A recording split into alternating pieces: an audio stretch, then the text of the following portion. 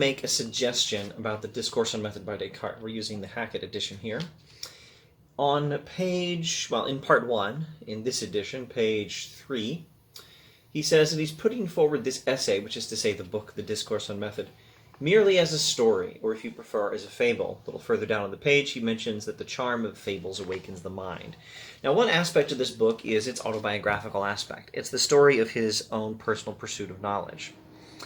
How he figured out he didn't know anything, all the things he did to learn that he doesn't know anything, all the things he did to confirm that other people don't know anything either, and all the things he did to try to reestablish knowledge on a solid foundation.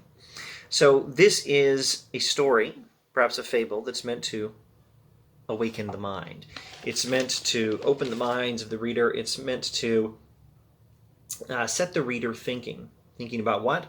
Thinking about, above all, what is knowledge? How much do we not have it? And where can we get it?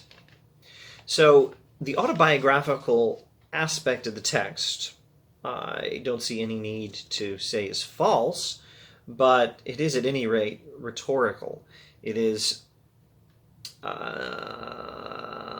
selected and arranged in such a way as to awaken the mind to a reflection on knowledge. All right, so now let's wrap up part 1. What sort of reflections on knowledge do we get in part 1?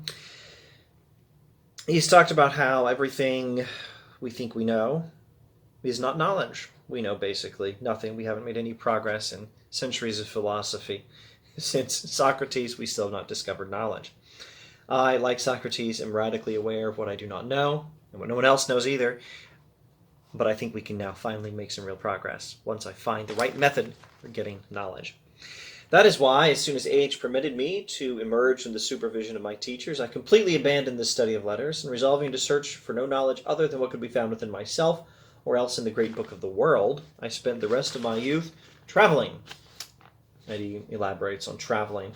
So he gave up on learning from books and decided, now I'm going to learn by studying within myself and by studying the great book of the world.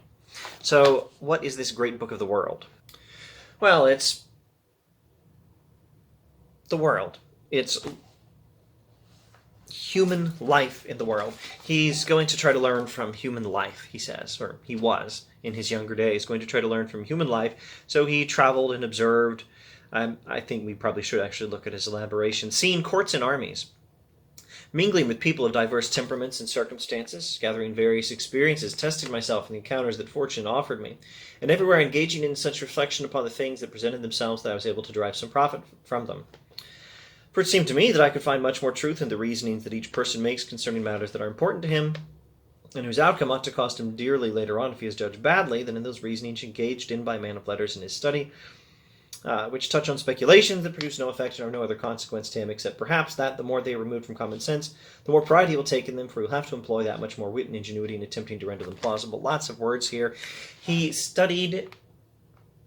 studied books and decided there's no knowledge here, so he decided to look within himself for knowledge and to look in the great book of the world for knowledge, which means traveling and learning from human experience. And he thought at the time, well, these people who write books, these learned men, these people have to do a lot of clever thinking and clever talking to make their exotic theories make sense. But really, the people who have practical minds, they probably know a lot more. So he hoped to learn from people with practical minds. Now, if we had time, it would be really fun to make all the connections and all the comparisons and all the contrasts to the story of Socrates in Plato's Apology. How the oracle speaking for the god Apollo said no one was wiser than Socrates, and so Socrates tried to figure out what the god was talking about. Apollo's not supposed to lie, come on. But I don't know anything, thinks Socrates, and he went around looking for knowledge, thinking it was his mission, his divine mission, appointed to him by Apollo. Or he was appointed to it by Apollo. And so he finds no one knows anything. He talks to the orators and the politicians and the craftsmen, and various people basically don't know anything. But the craftsman actually did know something. The craftsman had some practical knowledge. The carpenter knew how to make a table. The cobbler knows how to make shoes, that sort of thing. But they didn't have the kind of knowledge Socrates was interested in. And because they knew some things, they thought they knew other things. Everyone's tempted to opine in areas outside of what they know. If you really do know something, you're inclined to think you know more than you do. And Descartes sounds a lot like Socrates there. And what Socrates says about the craftsmen, they did have some real knowledge because their lives depended on it, because literally this is your job, knowing how to make a table if you're a carpenter.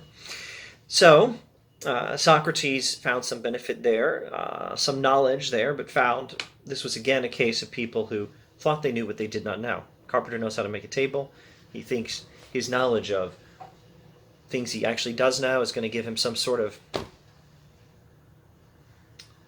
knowledge of other things. He doesn't have knowledge of other things. Let's see what Descartes finds. It is true that, so long as I merely considered the customs of other men, I found hardly anything there about which to be confident.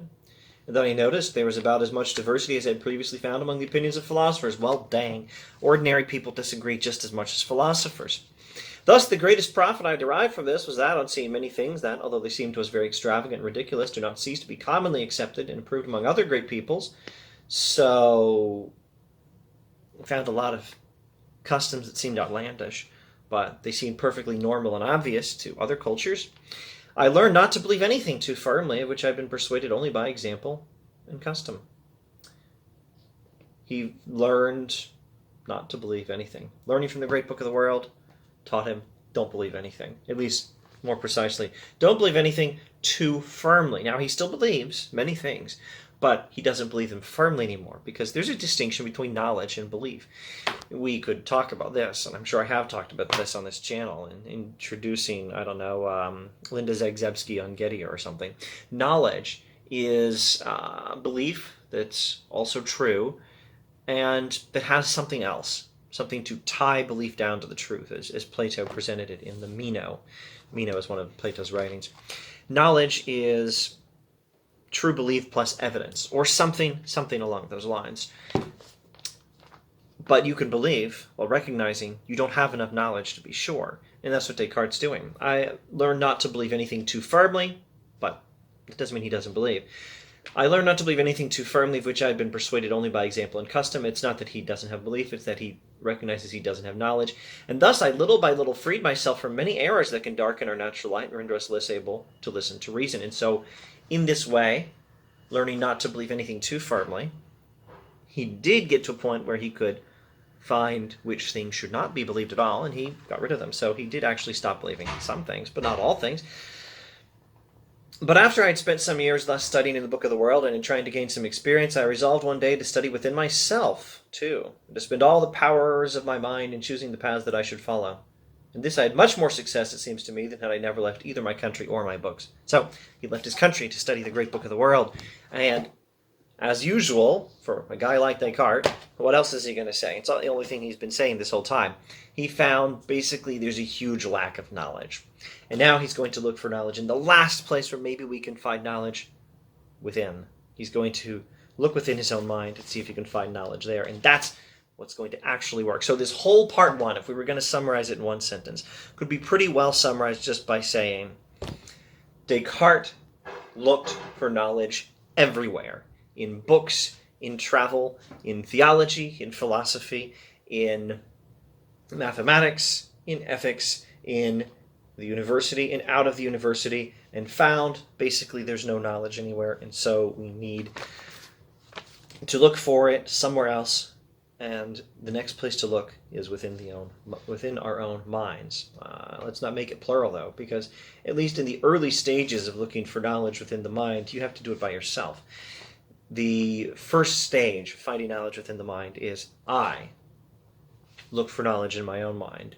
We can't do it together. I can do it and you can do it, and maybe we could talk about it later, assuming I know you exist, which is actually an issue in Descartes, but we'll get to that, and Descartes figures that out, or makes great efforts to figure it out anyway, and to show that we can know that other people exist. It's so fun. Okay, that would be a pretty good short one-point summary of part one.